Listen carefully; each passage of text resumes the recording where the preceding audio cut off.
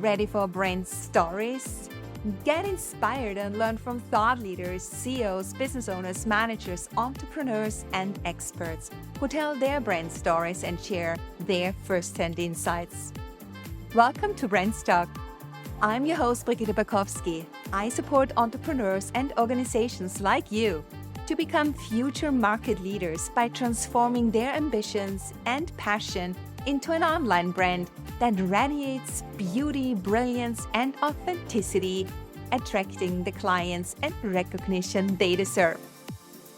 Let's get started and dive with me into the world of brands.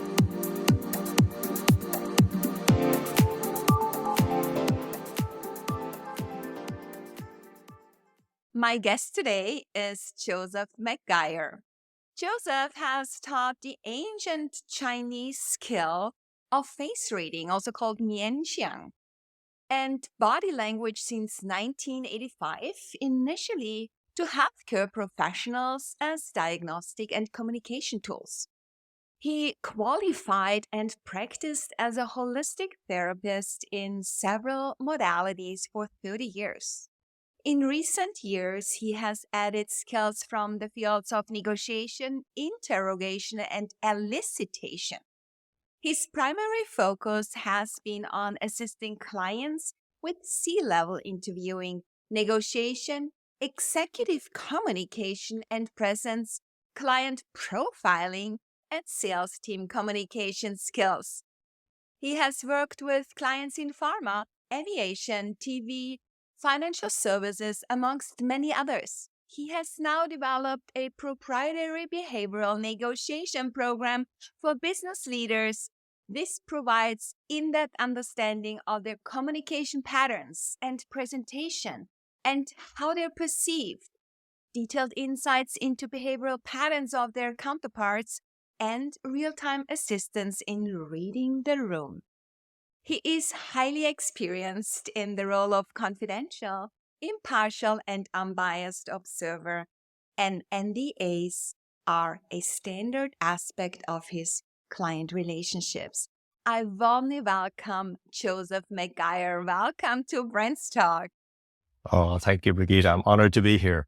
Thank you. Yeah, I'm so happy to have you here. I'm so excited about that because there was a show I loved to watch, Lie to Me, with the character Carl Lightman. I mean, unbelievable. And I think Tim Roth really played it very well. So, yeah, your tagline is every face tells a story if you know how to read it. Now, my first question to you, Joseph, what made you do facial reading in the first place? What made you to get into all of that? This is such an interesting area. So please let us know, how did you come about that? Well, it didn't start with faces. As a small child, I was reading people. I just intuitively knew a lot of stuff about people, men especially.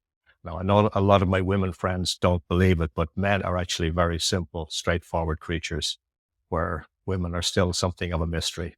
But I was like I said, I just intuitively knew a lot of stuff about people from a very early age. And it wasn't until I moved to London, I was studying in one of those modalities you mentioned, and I was introduced to facial diagnosis as one of the cornerstones of traditional Oriental medicine.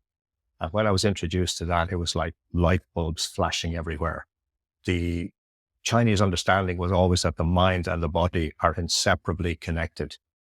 And so you're looking at the personality, you're looking at the person as opposed to thinking in terms of liver, kidneys, etc., clinical diagnostics. And then when I delved into it further, I learned that our facial features, our static facial features, also reveal a lot about our relationship with our parents, how they've influenced us, how we present in public as opposed to how we present in private. And so it just became absolutely, completely fascinating. I just immersed myself in it almost from the beginning. And I've been working with it ever since. That's beautiful. Wow. So let's dive into it, because I think there is, as a business owner, as a leader, as an entrepreneur, as a teacher, everyone who is actually playing a role, I think it's also in every situation, actually, we need to understand how we are expressing ourselves, our gestures, our appearances. It's also the tone of voice, everything. Yeah. So when we are acting, because 95% of communication, it's up to 95% is nonverbal communication. That's my knowledge. Yeah, And then 5% is really the spoken word only. And there has to be congruency, right? To come across absolutely. authentically. So we need to know how we appear, how we come across, but also we need to understand and read our potential clients, our Yep, client needs, not only our clients, but everyone who we are interacting with, also our employees. So everyone, actually.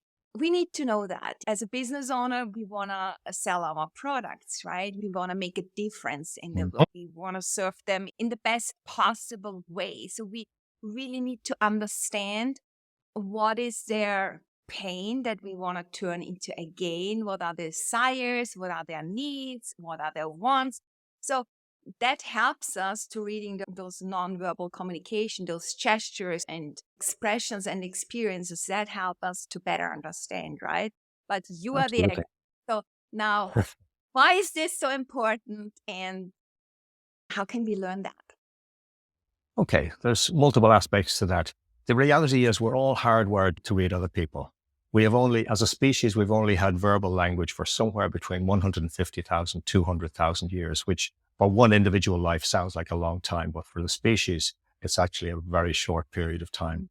And prior to that, our ancestors had to be able to read newcomers very quickly because they had to know whether somebody was a friend or a threat.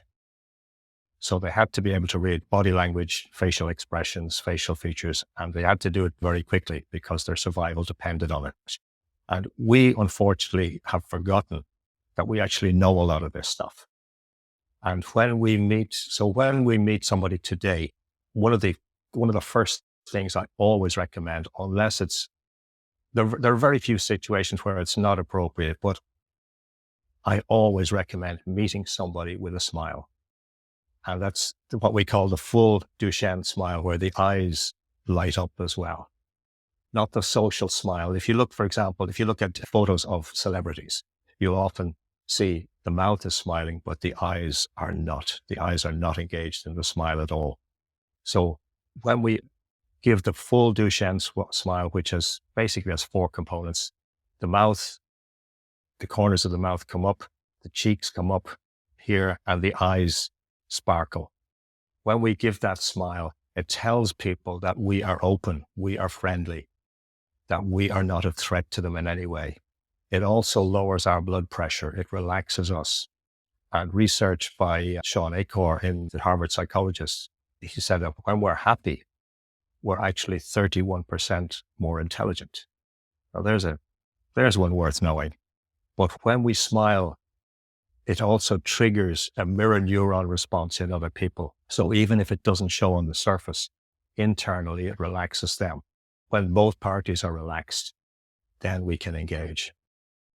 And that to me is an essential part of business because unfortunately, as we know, in so many cases in business, people are automatically feeling defensive. And when people feel defensive, they can often then appear in a kind of aggressive manner.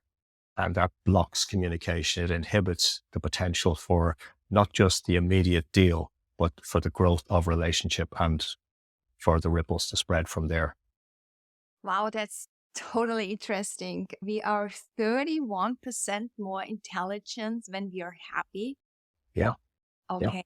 And then we obviously all show it to the world because we smile. Yeah, Now absolutely. there's something else coming in because I'm doing it already. So I'm smiling and I'm expressing myself also with my hands. And you Yeah. say others trust us more when we smile, like when we really Yeah. smile. Like an in between of smile, because you said when there's these four markers. Yeah. Yeah. There's the social smile, or what a photographer friend of mine refers to as the bridesmaid smile, Oh, where the okay. bridesmaid is off to the side of the photo and she's not She doesn't like being in the side, at the side rather than center. Okay, got So it's when we look at somebody and it's only the mouth is smiling. And like I said, if you look at celebrity photos, you'll so often see it. The mouth is smiling, but the eyes are not engaged at all. And it tells you they're not really present. And when we meet somebody in person and we get that, it's important to pay attention because it tells us they're not really open. So it doesn't mean that they're necessarily a threat to us in any way, but we just make sure not to overly commit ourselves emotionally, shall we say. okay. Good. Now we have the hands. So how do they Yeah. add up to that? That's the thing. When we're obviously accustomed now to meeting people virtually, so we don't see the whole body. But when we meet somebody in person, the first thing we actually notice is the hands. And again, this is hardwired into us. And it goes back to that ancestry I mentioned, that when our ancestors saw somebody coming in the distance, the first thing they noticed was the hands. Are the hands carrying a weapon or are they empty? And when we speak to somebody and our hands are open, and they can see the palms, again, it tells us that they are not hiding something. And for example, I use a lot of video clips in my presentations, and I was watching a few interviews with Mark Zuckerberg. And if you ever notice Mark Zuckerberg when he's talking, and you can see his hands are invariably palm down. So it's not to suggest he's being dishonest, but he's never revealing everything. Okay. Oh, that's a good indicator to know that. Yeah. Now, knowing the smiling and using our hands helps us to build trust. What else is out there that we can use in order to enhance this like trust factor when we are communicating as a business owner, as a leader?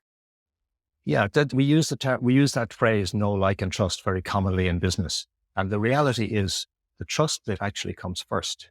When we look at somebody, we register faces in something like 1/17th of a second. And that's faster than the blink of an eye. And when we register a face like that, we form an instant impression of the person. We tell ourselves, even subconsciously, we tell ourselves a story about the person. We tell ourselves a story that we can or can't trust them. And then the evidence comes afterwards. But if we form that instant impression that we can't trust them, automatically there's a negative there before the conversation even begins. So again, it comes back to presenting ourselves in an open way. So that includes obviously the smile. It includes conscious relaxation. It means our shoulders are open. So our chest is open. We're not closing in. We're not hiding ourselves, which so often happens when I go to a lot of networking meetings and I observe people, and so often people are closed off like this, or they're holding something in the middle, right in front of their chest to block themselves. And it tells you that they are being defensive in some way for whatever reason. And the reason may not be important, but if we want to really inspire trust, then the more open we are, the more people feel, yeah, he is open, she is open. So we're attracted to that. Wow.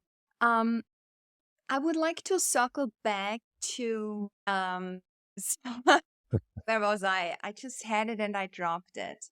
No, okay. I'm asking you another question now because I Sure. just dropped it, and I would like to know, because you are also in women leadership, so you are supporting women, you are in training women when it comes to facial expression and recognition. Is there a difference between men and women when it comes to reading gestures and understanding? Why is it women, or is there a difference, and why, and what is the difference? Women tend to be more intuitive. That seems to be generally accepted, and there is quite a bit of research to support that. And women tend to be more intuitive. It depends on the environment they're in. But when women are in a male-dominated environment, they're frequently picking up on the signals from the men, and it depends on the openness of the men. And unfortunately, it often depends on the openness of the men, how much women can contribute and how much value women are allowed to contribute. And that really is unfortunate. So part of what I work with women to help them is to read the men very carefully, because this may sound like a roundabout answer, but men are often afraid of women. Women don't really realize that, but men are often afraid of women. Uh, And how does that show? I see it in the body language. I see it in how close, when I'm watching men in movement, they're often closing off the angle. If they're attracted to the woman, it's a different situation. But if there's a power element involved, women or men will often gravitate together and close the circle. And they will speak, not just the words they use, but the tone of voice will be dismissive. Very important. The tone of voice will be dismissive, or just, yeah, let's move on thing, rather than being open and welcoming. You'll see that the facial expression will be literally expressionless, or you'll often see a tightness in the jaw, where there's like a subliminal anger. There are a lot of subtle signs there. So part of what I do is help women to read those subtle signs. Women will often get an intuitive sense, but I will help them recognize the specifics and then help them address that, partly on a confidence level, and partly in then asking appropriate questions right in the moment. That's interesting, because I think when this happens, that we feel offended by men as women. And behind that is actually very often that they are afraid of us. Yeah. Yeah. So how Yeah. would a woman cope with that? Feeling, now knowing this would be behind it, what can I do as a woman? Okay. I tend to work with women very often in specific contexts. So where a woman is experiencing that, I will look at with whom she is just having that kind of experience, whether that's a single person or a group of people. And what we will do typically then in coaching type sessions, they will give me facial photos of the people involved. And then we will look at the personality. I will profile those personalities in terms of their character, behavior, etc. What their stress triggers are likely to be, how they will respond under stress, how they think and process information. And then I will guide the woman to deal with those characteristics. I'll give her I will also look at her. I will also profile her in terms of how she comes across, identifying her strengths. And very often when a woman and you will know this better than I would, when a woman has been in a male-oriented business environment, her confidence sometimes gets diminished. So part of my role is to bring her confidence up from within, and then show her, these are your strengths. And these are the strengths you really need to recognize and bring to the surface. And instead of dealing with Mr. X or Mr. Y, this is how you best do it. Okay, this is interesting as well, because male-dominated environment, and in my very early times, like 30 years ago, flight attendant. So I was in a kind of male-dominated when it comes to the cockpit, to pilots and things like that. And you have also consulted in the aviation industry. Yeah. What did you actually do there? Because now I'm interested in it, coming from the Okay. aviation as well. So was Yeah, that that was more. kind of cockpit versus cabin? No, that was more training. That was more training backroom people. So people dealing with admin, people dealing with contracts, people in HR. That was more that area, rather than people who were actively taking off. And I was probably fortunate in many ways, because a lot of the people I was dealing with were actually female. So they were very receptive. Yeah, it was at that time very male dominated when it comes to the cockpit, to pilots. And very often it was difficult to have conversations that where you feel you are on the same level and perceived Absolutely. as on. Yeah. And I'm not a psychologist, but I would suspect that men so often like the idea of a hierarchical structure, Exactly. and placing themselves above and being the alpha male and all of that. And that a lot of that comes down to fear. Good. Now I know that. I see it in a different light. I can rewrite the narrative. All right. Now, I remember again what I wanted to ask you. And it's about the spoken word and it's about the nonverbal communication. And very often there is incongruency. So, how can I, as a leader, as a business owner, as a teacher, make sure that this is a line so that I can come across authentic? Because as we know that if this is not aligned, if there's incongruency, people feel that. And then Yeah. we are not coming across in such an authentic way we wish to be. So what So can we do when so first of all, what are the signs to be incongruent? Is it the feeling what else is there? And then second, how can we change that? absolutely. And this goes back to the work by a study done by Professor Albert Morabian of UCLA back in, excuse me, originally 1970. And he studied, I think, a cohort of something like 20,000 people. And his research referred to 55% body language, etc., gestures, 38% syntax and tone, and 7% of the words. Sorry, I'll just take a quick sip of water. And that survey has often been misquoted. People frequently talk about it's only 7% of the communication is in the words. But his survey was about the congruency you mentioned. So when we want to communicate with somebody in any context, we need to be clear about what it is we want to communicate, why we want to communicate it, why is it important, not just to us, but why is it important to them? And we need to show up as being very real.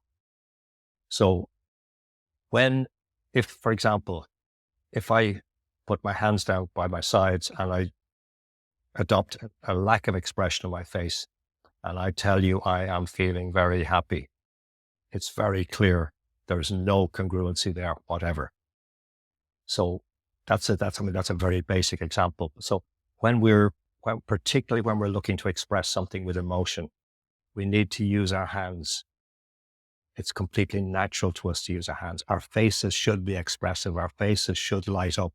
Or our face, if we're angry, our faces should show that we're angry. Or if we're sad, show that we're sad and not be afraid of any of it. Just be real. Just be real, because what people want, and I'm having these conversations with people globally in different areas of business, what people want is somebody who is real and authentic.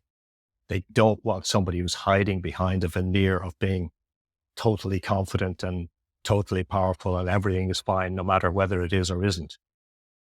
And we feel, and again, feel is such an important word in terms of human communication and human behavior. And it's so often underestimated. We feel first. We meet somebody and we feel something about them. And then we think about it. We get an intuitive sense. It's okay to be with this person. I like this person. I don't like this person, whichever it is. And that's the same whether we're seeing somebody on screen, whether we're meeting somebody in person, or even if even if we're looking at a photo for an ad. Like when so often I'm looking at ads nowadays, and I'm seeing the model has either no expression or actually looks contemptuous. And it tells me, I've no interest in that. And regardless of whether I'm the target market or not, it tells me that there's a lack of congruency between the intention for the brand and the message that's actually coming across. That might be a bit of a roundabout answer, but I hope it makes some kind of sense. Okay, so what can we do differently if I have, let's say, a photo shoot for my website as a business owner? What should the photo express exactly? What should I look at or make sure when the photo is taken that this is in Yeah. place? Yeah. Okay. The first question to ask is, what is my intention? Do I want to look academic? Do I want to look confident? Do I want to look simply happy and radiant? And people so often get photos taken for websites, etc. And the intention is not clear. The intention behind it is not clear. So what is the impression I want to give across? What's the message I want to convey through my photo? And if I if I want to appear academic, am I gazing into the distance? Do I want to look happy? Then it's a big, radiant smile. Do I want to look confident? I make sure my shoulders are straight, my posture. I place myself in an environment that gives the message, I am classy, I am elegant, I'm in charge. But my facial expression has to show that, yes, I'm at ease with the world. And a good photographer will help you do that. But unfortunately, some photographers will just shoot, photo after photo, and they don't help you understand the nuances that reveal, yes, that's the photo that shows you exactly as the confident person you want to be, as the commanding person you want to be. So it's an alignment with the photographer as well. But you need to communicate with them what you're looking for, what your intention is. And then some of it is also then practicing before you go anywhere, practicing in the mirror. And I know we're in the world of selfies nowadays, but even taking selfies of yourself looking in the mirror and asking yourself honestly, how do I look in that photo? Would I buy from me? Would I buy from that person? Do I really believe that person is happy, confident, intelligent, competent, etc.? Okay, this is already great tips.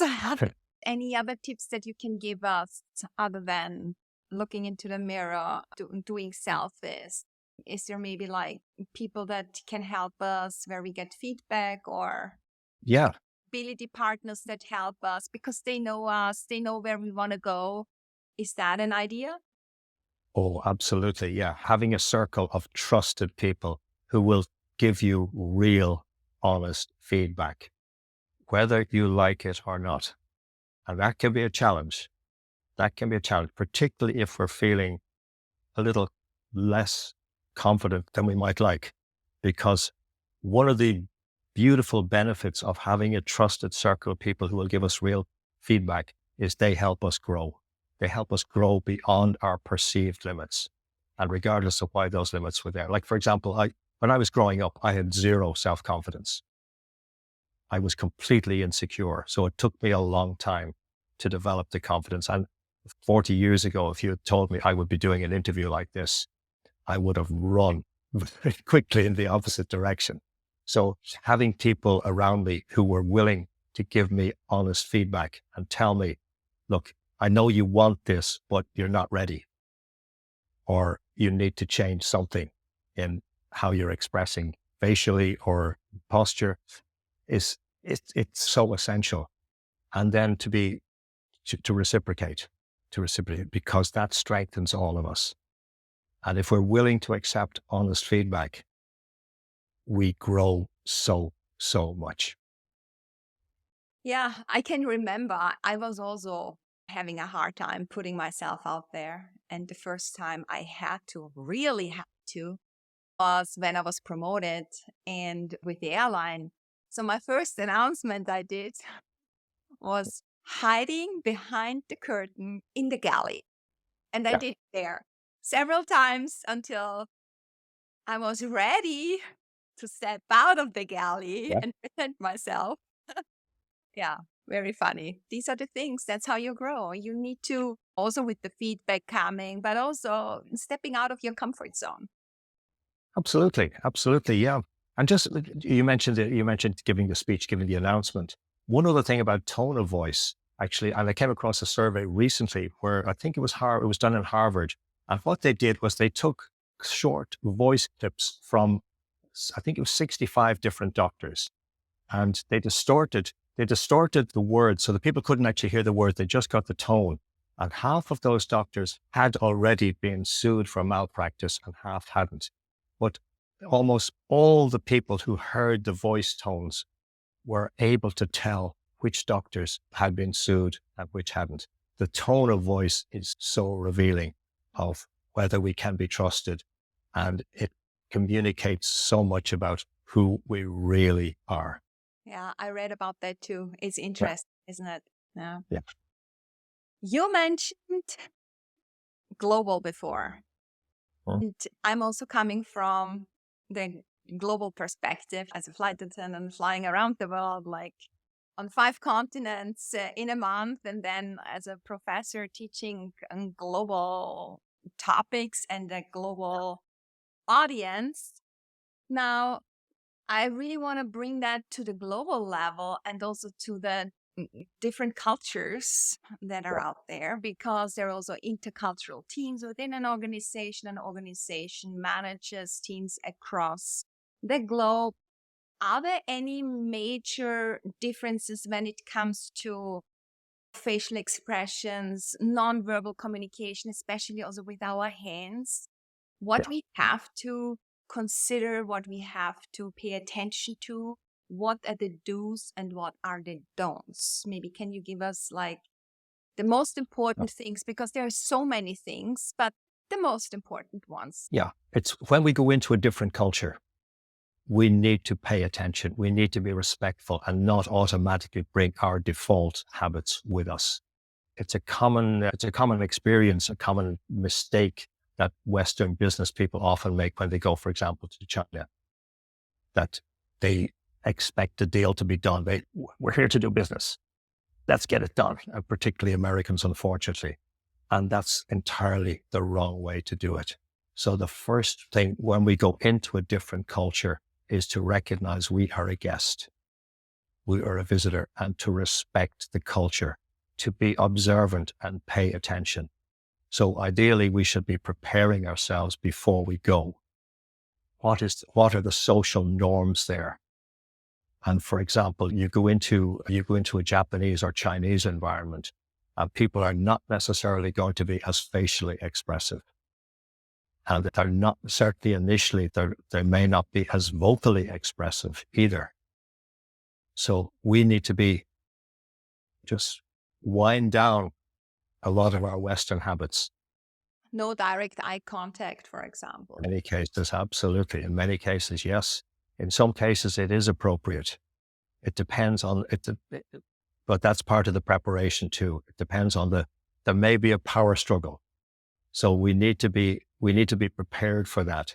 And prolonged eye contact may be appropriate, but that's contextual. It depends on the individual circumstances.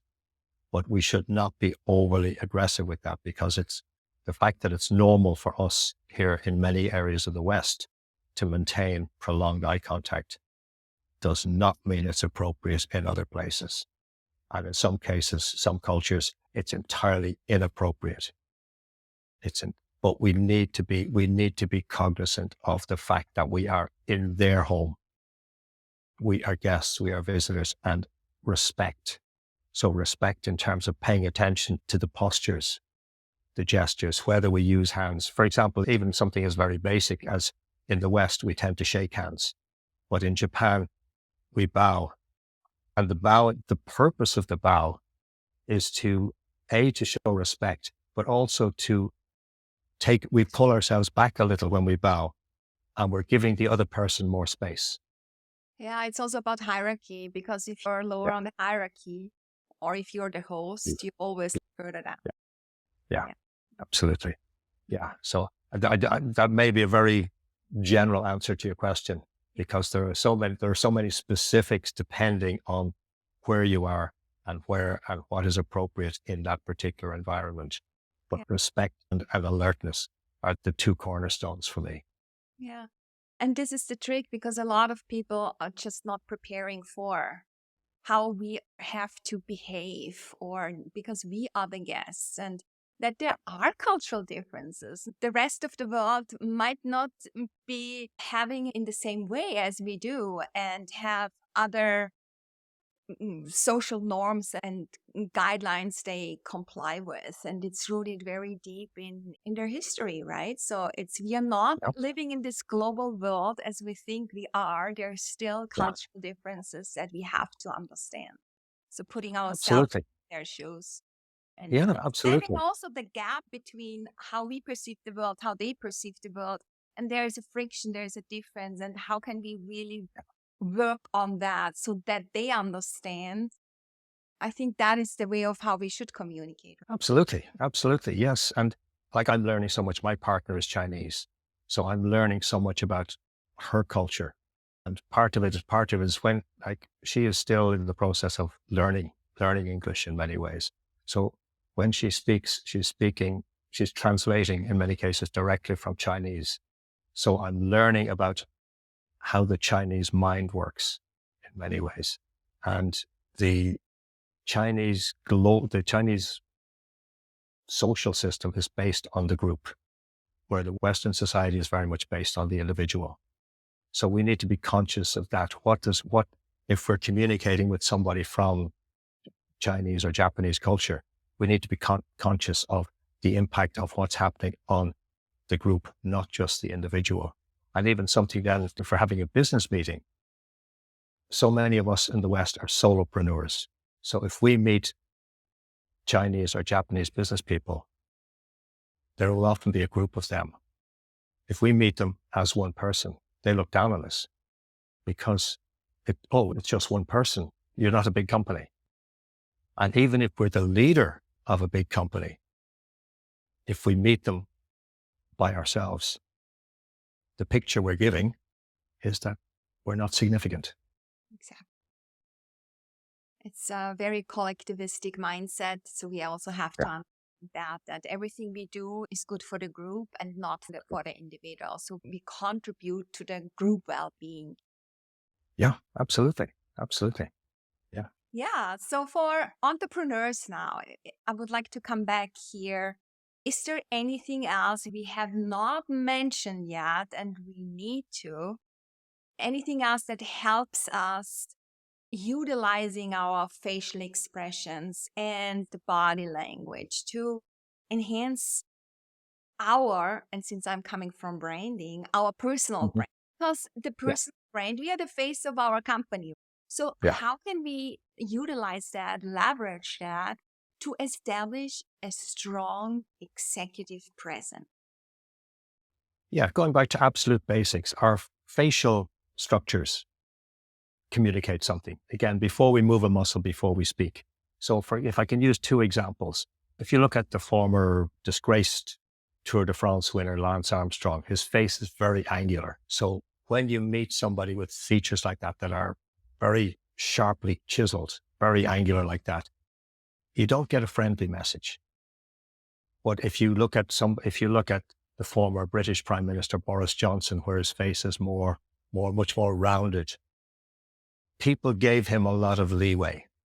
He was making mistake after mistake, but people gave him a lot of leeway. So when our facial features are more soft and rounded, people assume, oh yeah, he's okay, she's okay, they're friendly, they look like good fun. So we need to be conscious of our facial features, and my features are more angular. So I had to learn to smile a lot more. And so before we move a muscle, like I said, our facial features communicate so much. So who is our audience? Who is our intended audience? What is the message we want to get across? So we pay attention. We look in the mirror first. Am I the right person to give this message? And if I'm not, who do I need to have? Do I need somebody with softer features to give a friendly, bubbly message? Or do I need somebody with more angular features to give a very direct, commanding, confident message? And it's being very open and honest with ourselves about how we are actually coming across. And again, going back to that idea of the trusted circle, how do I come across here, guys? Tell me for real. And then when it is just us, the smile is so important, but being real with it and allowing ourselves, not hiding behind who we want to be, showing up for real.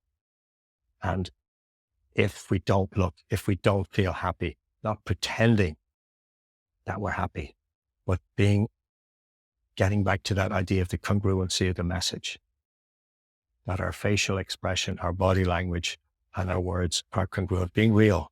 And it's okay to give people bad news, not to be afraid of that. Because that also, if we do that in the right way, and we're doing it openly and honestly, that engenders trust. Wow. What a conversation. I love it. Yeah, and we are at the end already. And before we finish it up, I would love to do a quick word wrap with you. Are you ready? Absolutely. Yep. All right. Risk taking, Necessary and inevitable. women leadership. We need more of that. I Yeah. agree.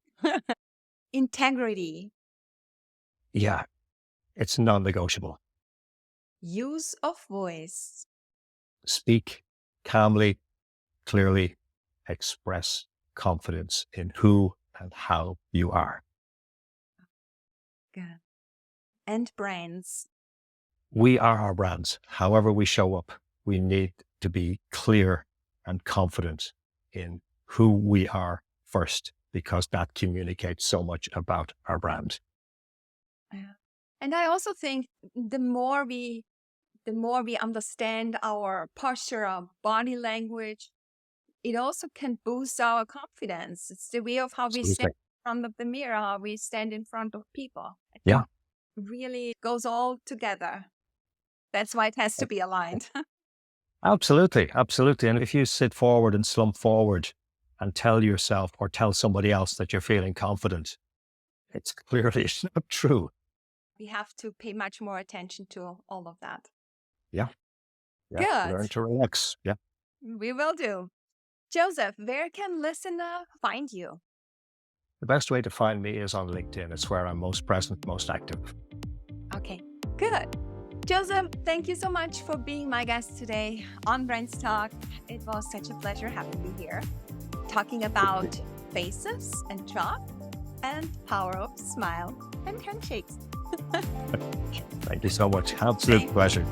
Thank you. If you like my show, follow BrandsTalk on your preferred app, share it on social media, and if you find a minute or two, leave a quick rating or review. Thank you so much. If you want me to guide you to become a future market leader by transforming your ambitions and passion into an online brand that radiates beauty, brilliance, and authenticity, attracting the clients and recognition you deserve, drop me an email. I'd love to be your guide on your journey.